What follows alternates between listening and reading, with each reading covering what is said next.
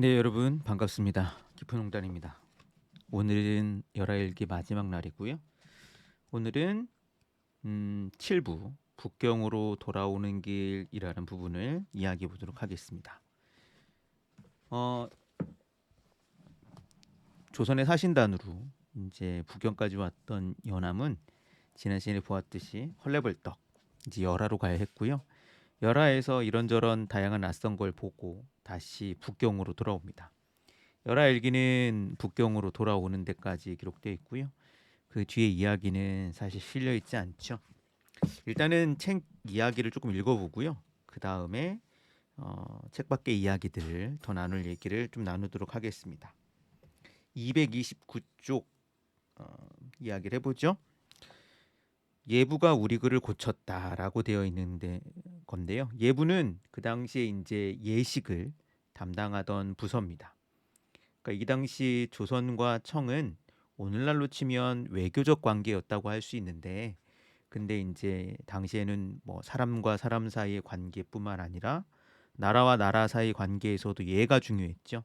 그래서 예부에서 관련된 문서를 처리했는데 그걸 이제 조선 사신이 올린 글을 몰래 고쳤다는 거죠. 뭐 그게 문제가 되었다라고 이야기하는데, 그거보다는 맨 마지막 단락을 한번 보도록 하겠습니다. 229쪽 맨 마지막 단락입니다.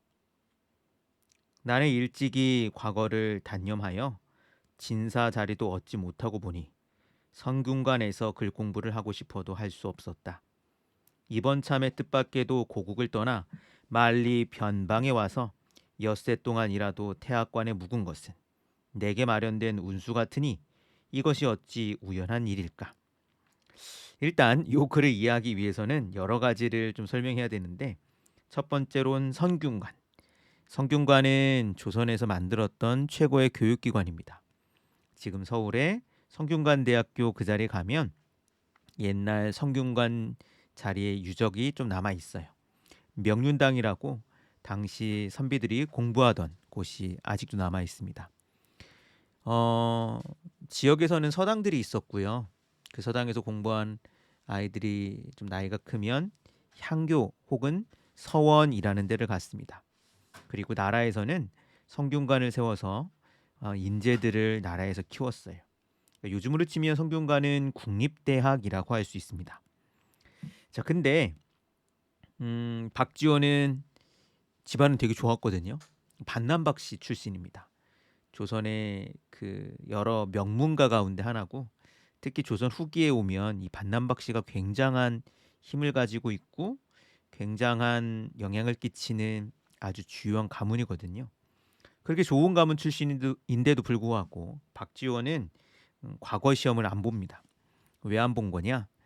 물론 뭐 좋은 집안이기 때문에 여유가 있어서 그런 걸 수도 있을 텐데요. 그것보다는 어, 이제 과거 시험에 대해서 좀 좋지 않게 생각했기 때문에 그렇습니다. 조선 초기와 달리 조선 이제 후기가 되면 과거 시험에 여러 가지 부정행위가 있었어요. 그래서 과거 시험을 봐서 합격한다는 것이 그렇게 영예로운 일도 아니었고, 그리고 과거 시험을 본다는 것이 한 사람의 뭐랄까 실력 이런 걸 평가하는 데도 별로 크게 도움은 안 되었던 것 같습니다.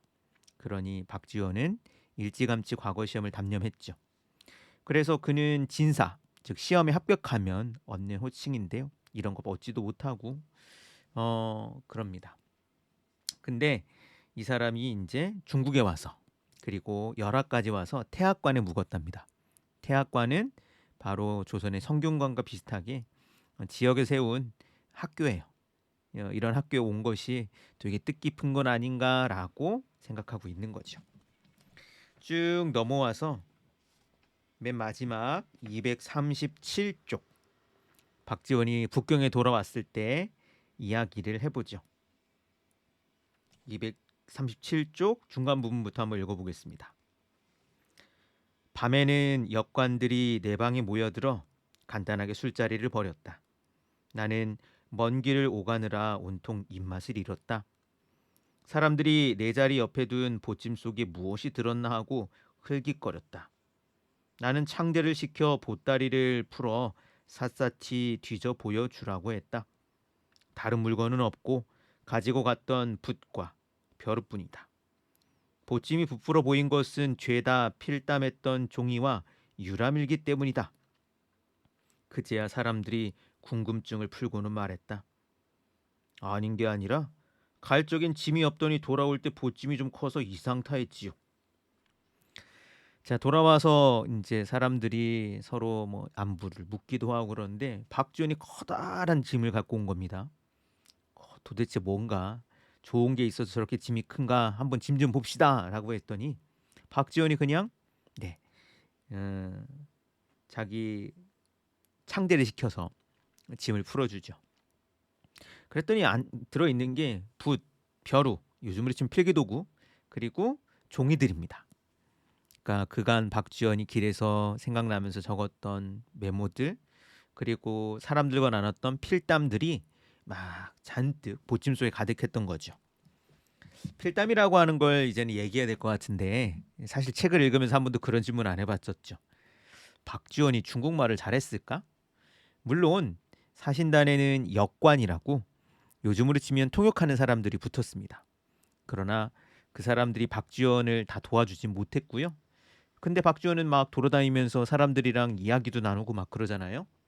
그건 박지원이 중국말을 할 수 있었기 때문도 아니고 박지원 옆에 통역관이 있었기 때문도 아니고 바로 필담을 했기 때문에 그렇습니다.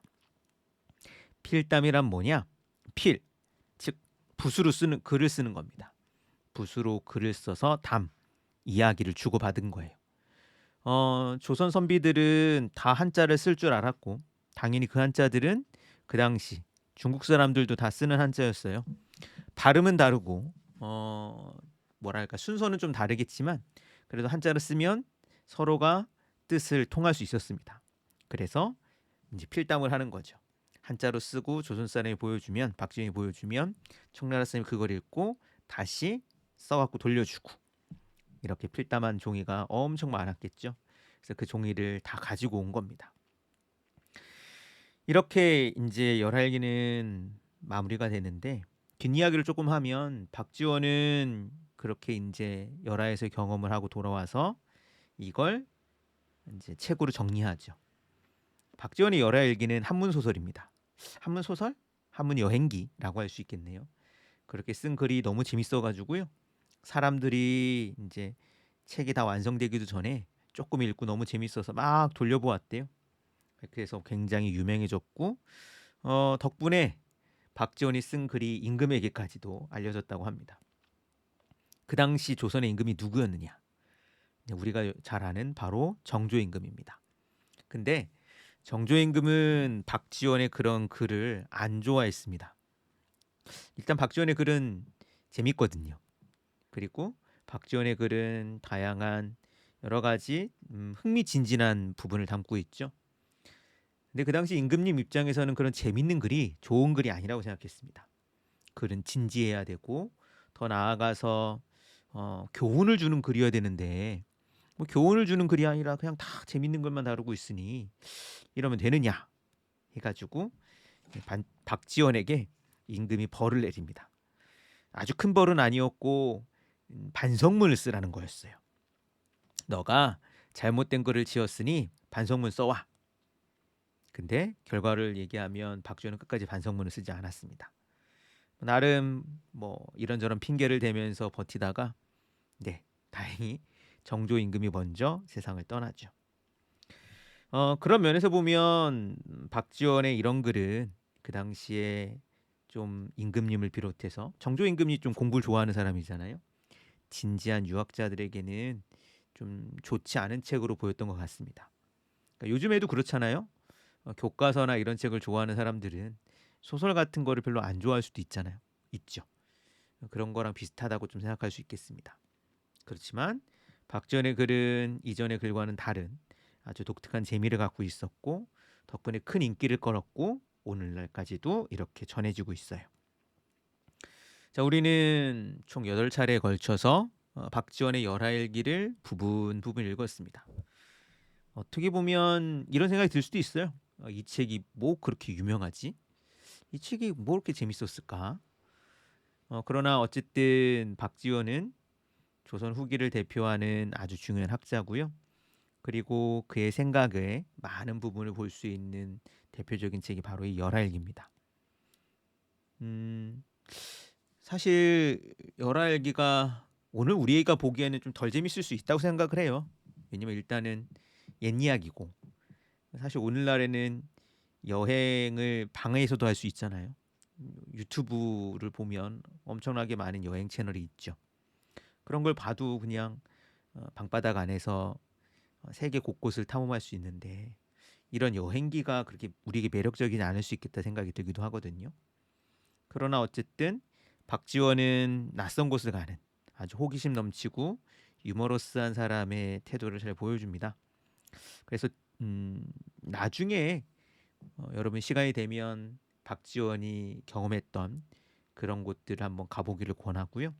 혹여 그러지 못했다 하더라도 박지원의 그 호기심 그리고 작은 어떤 사건도 놓치지 않는 어떠한 예리함 그리고 박지원의 어떤 그런 대담함 보면은 막 이것저것 어, 들어가는데 거침도 없고 그런 것들을 한번 좀 생각해 보고요. 여러분도 이런 박지원의 열알기처럼 더 멋진 여행들을 해봤으면 어떨까 싶습니다.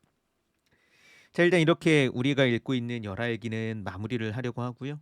그리고 책 전체를 우리는 다시 일요일 날 만나서 한번 훑어서 이야기해 보기로 하겠습니다. 여러분이 어떻게 읽었는지, 그리고 여러분들은 책 속에서 어떤 생각이 들었는지, 여러분이 재밌게 본 부분들 구절을 찾아서 함께 읽어보기도 할 거고요. 그리고 책 속에서 들었던 여러 질문들을 나눠보기도 하겠습니다. 그러니 부디 책 속에서 재밌는 부분 한번 표시도 해놓고요. 책을 읽으면서 이런 부분이 궁금했다라는 게 있다면 질문을 만들어 주세요. 그러면 우리는 일요일 날 11월 3일 만나도록 하겠습니다. 그럼 그때 보고 오늘은 여기까지 하죠. 여러분 안녕.